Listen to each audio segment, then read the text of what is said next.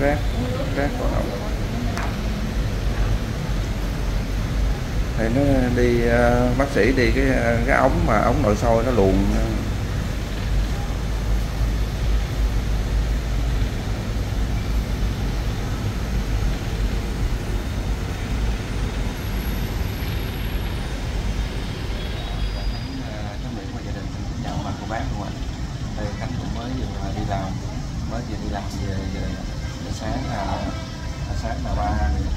Sáng là ba thì cũng lên sớm mà các bạn ơi. Đây mẹ đây mẹ cũng mổ xong rồi, mổ xong cũng ra rồi giờ sáng là bắt đầu là 8 giờ là đi vô phòng mổ rồi cũng 1 giờ mấy 2 giờ mới ra đó mà các bác. Bây giờ cả nhà cũng tập trung đây hết rồi. Ba thì giai đoạn quan trọng giờ ba lên rồi tối nay ba ở lại luôn, ba ở lại ba sẽ ở lại đây chút xíu thì Phong với Khánh sẽ đi về. Thì Khánh cũng xin phép và ghi hình là một số hình ảnh mẹ ở đây cũng mổ là xong rồi ông bà cô bác để ông bà cô bác mấy hôm nay cũng hỏi thăm cũng mừng cho mẹ, mừng cho gia đình luôn.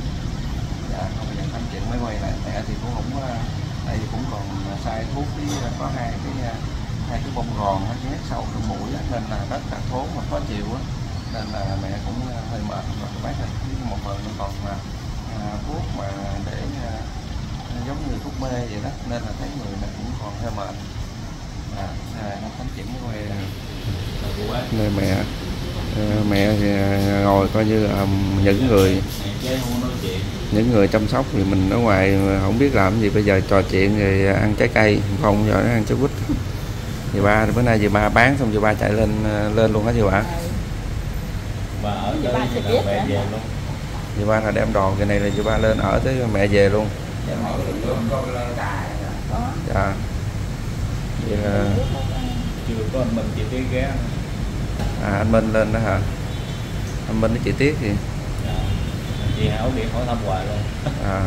Hỏi thăm mẹ rồi bớt mổ rồi sao? Cô Tiết thì chưa giờ điện con quá trời, sợ cổ nhà cổ nói cổ đọc kinh rồi thắp nhang rồi quá trời, để cổ nói rồi mẹ bị bệnh tim không biết làm sao. Cổ điện thoại con liên tục có nói mẹ ra chưa, con đâu có dám điện hoài, điện ba ở ngoài ba còn ấy nữa, nên là lúc mà ra là báo cho cổ mừng quá. Be mấy cái bình rồi ba rồi rót hết luôn rồi. Vậy bây giờ ba ở lại đợi khi nào mẹ về ba chở mẹ về luôn.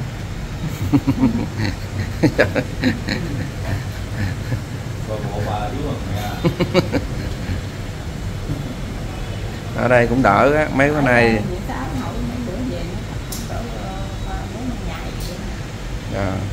Bác sĩ nó khoảng 4-5 ngày. Vậy cũng lâu hả? Vậy là chắc qua thứ hai. Cao quá trời, 328 luôn. Sau đâu có ăn gì đâu mà. Hạn chế ăn uống rồi đó thì nó lên. Chắc mẹ ít ở đây ít vận động quá. Mình yên cử những cái cần thiết bằng mẫu thật rồi nên ảnh hưởng được làm được cái phần này ảnh hưởng mà cá. Biết không? Cái này cũng đâu có ăn gì nhiều đâu. Mẹ bị tiêm mà bữa giờ 4-5 ngày rồi ngưng thuốc tiêm để mổ đó. Ngưng mấy uống thuốc mấy loại khác đó, nên nó bị cái độc chích luôn, bữa nay chích luôn. Hôm qua là 2 ngày là chích rồi. Mốt về ăn uống điều độ lại nó đâu có cần chích rồi. Đúng rồi, tại vì họ đang kiểm soát cái chích để cho nó bình ổn các bạn.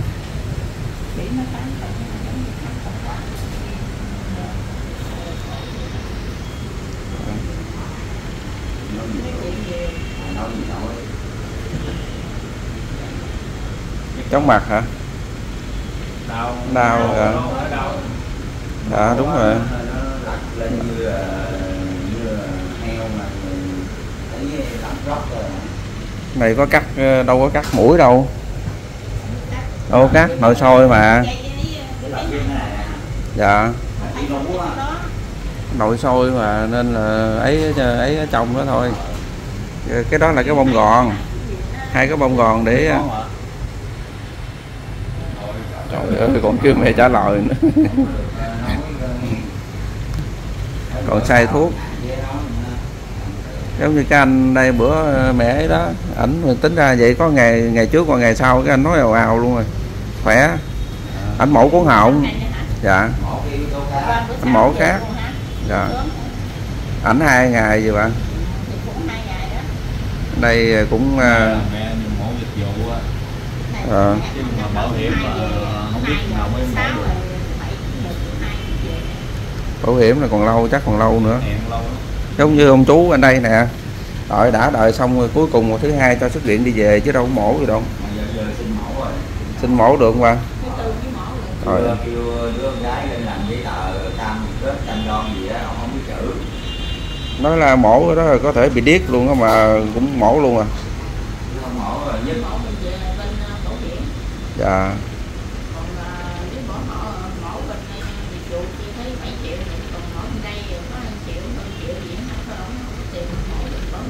Dạ.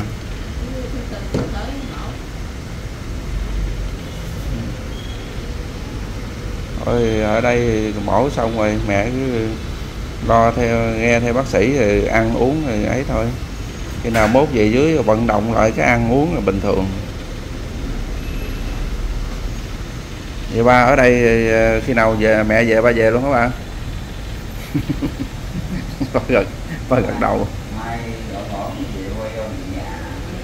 À, chắc ba về chủ nhật, hôm mai 7 à. Ba về có gì trễ nhất là chắc cũng thứ hai thứ ba là về rồi. Chắc đầu tuần nhằm khi coi về. Mai thứ 7 chủ nhật thứ hai chắc cục ở đó.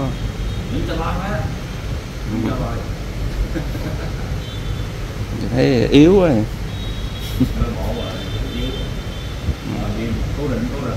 À. Tại vì tai mũi họng đi chung rồi.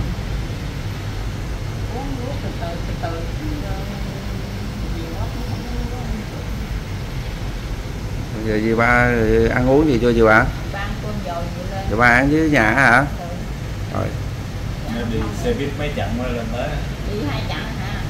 Chút xíu rồi có gì mua cơm chỗ ngoài đây nè, giờ ba dì ba tối đói bụng. Mì ngọt tối dì ba nấu dì ba ăn chứ.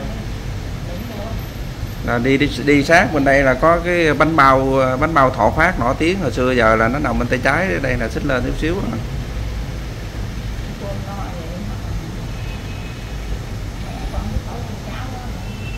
Dạ.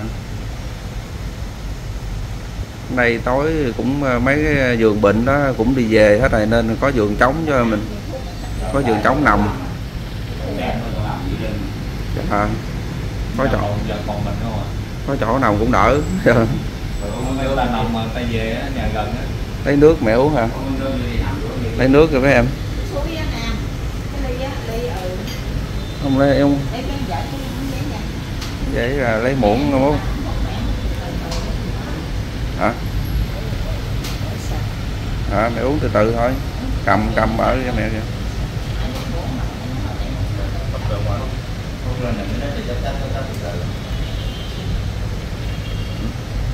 Cắm hút mà.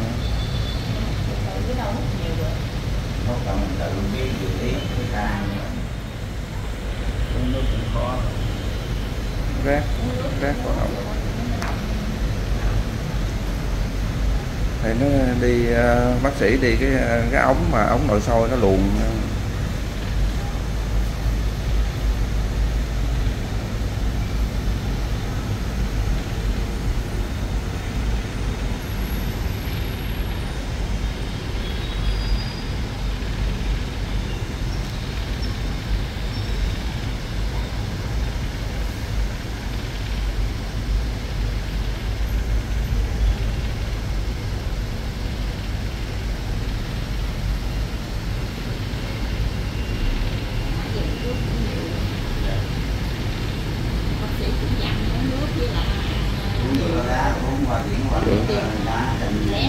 Khó được, uống nước được uống.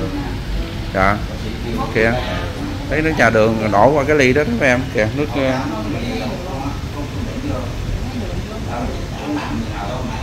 Rồi. Quỳnh nãy chị lấy đá chị bỏ vô. Kìa, có cái ly kìa.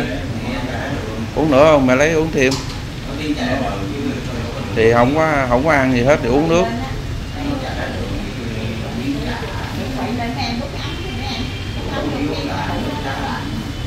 Quậy đều lên rồi uống. Có đường không?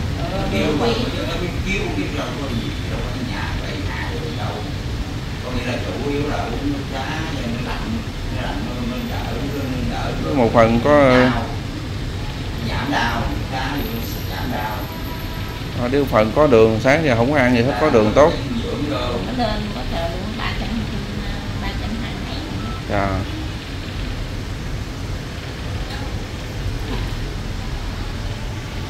Uống từ từ thôi. Để uống từ từ sạch. Bởi vậy nói chứ khỏe tới chừng bệnh đau mới thấy.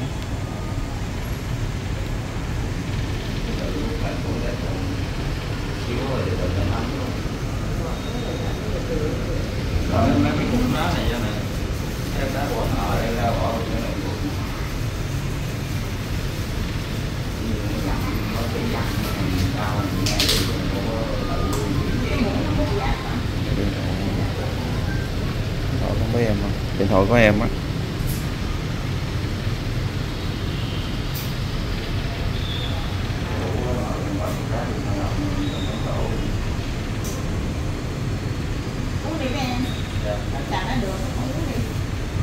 Ở chừng nó ngã. Nước, không rót nước vô, có xíu đi.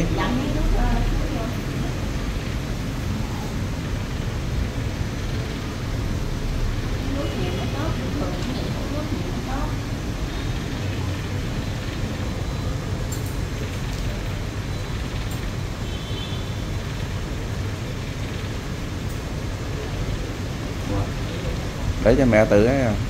Em cầm.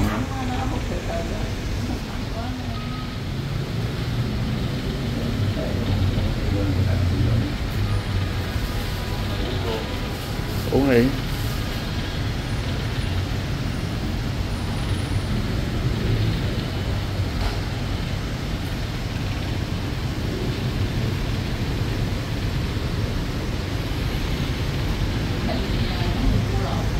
Dạ.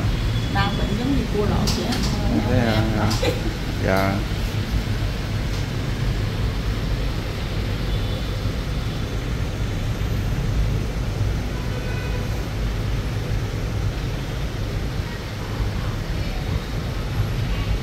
Từ hôm nay nhà tới. Nghe hai ơi.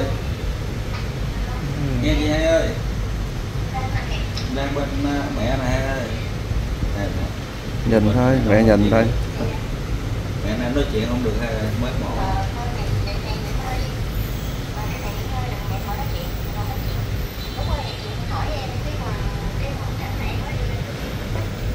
Dạ. Bây giờ xuất viện về hai ơi.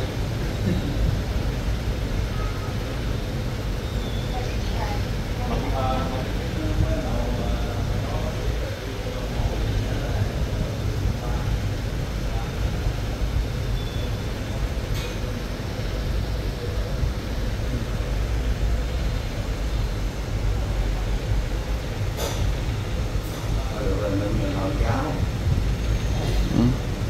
Mình nồi cháo Quốc. Đúng rồi, no rồi. Sáng giờ cũng đâu có uống, rồi từ sớm từ 10 giờ hôm qua, 10 giờ hôm qua là không có ăn uống gì luôn tới giờ luôn á. Giờ chỉ uống, hồi nãy giờ uống nước nè. Nãy giờ có vô nước biển cho mẹ không? Có vô nước, chuyện nước. À, không ăn chuyện nước cho mẹ được rồi.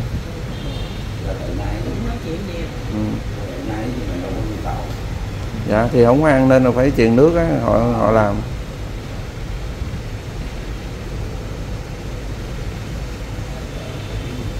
Thứ ba xuống dưới chở ba ăn hủ tiếu rồi mua lên về ba ăn tối đó bụng. Đâu sát bên này nè. Đi qua đây qua cái đèn xanh đèn đỏ cái là bên kia cái hủ tiếu Cả Cần đó. Ở đây là mình quẹo phải là hủ tiếu Cả Cần, còn mình quẹo trái xuống đây là bánh bao á, là sát bên luôn á. Căng tin giờ này đóng cửa rồi, tối đóng rồi.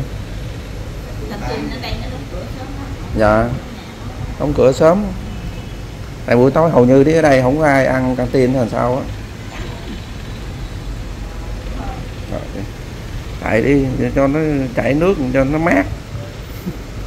Xong chưa? Để uống nữa hả?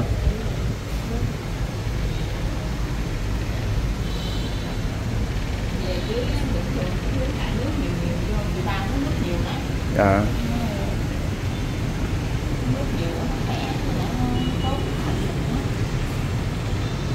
Uống nước nhiều, ăn ít cũng được, có nước.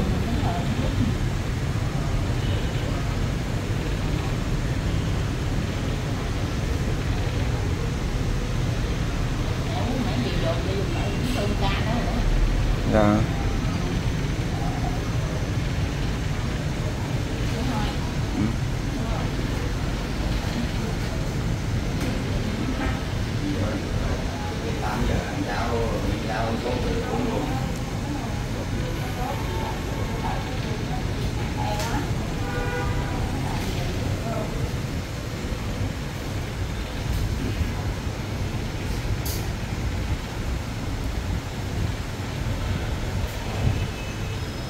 Túi đồ của dì ba hả? Ba đem túi đồ này sao ở được 4 ngày?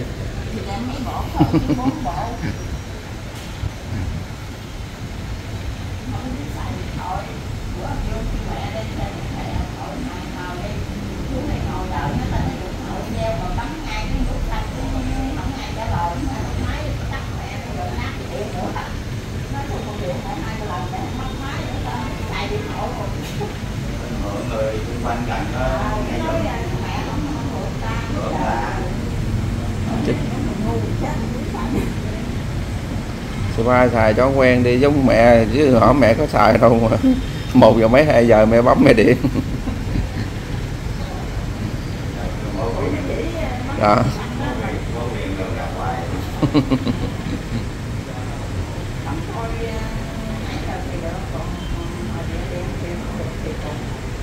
Nãy giờ thì Khánh cũng chia sẻ đó mà cô bác, thì mẹ cũng mổ xong rồi, thì bây giờ chắc Khánh cũng xin phép là khép chương trình ở đây luôn, để lo cái gì lo chút xíu nữa thì ba với chị ba ăn uống, thì tối chút xíu mẹ ăn cháo, thì hai anh em cũng tranh thủ cũng đi về nữa, hai anh em đi về. Bữa nay thì ba nãy Khánh có nói đó, bữa nay ba với chị ba ở lại với mẹ.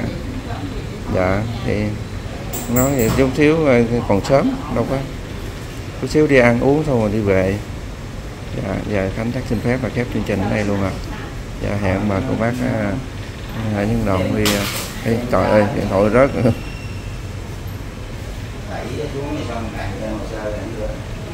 Dạ.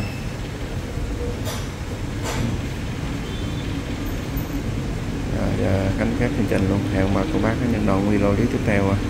3 giờ ba xem bệnh án của mẹ.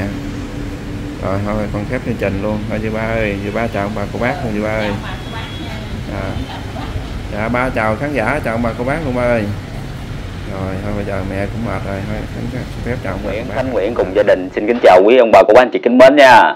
Bữa nay thì cô chú anh chị xem là ở phía sau lưng Phong là một cái dàn thuốc rất là hoành tráng luôn.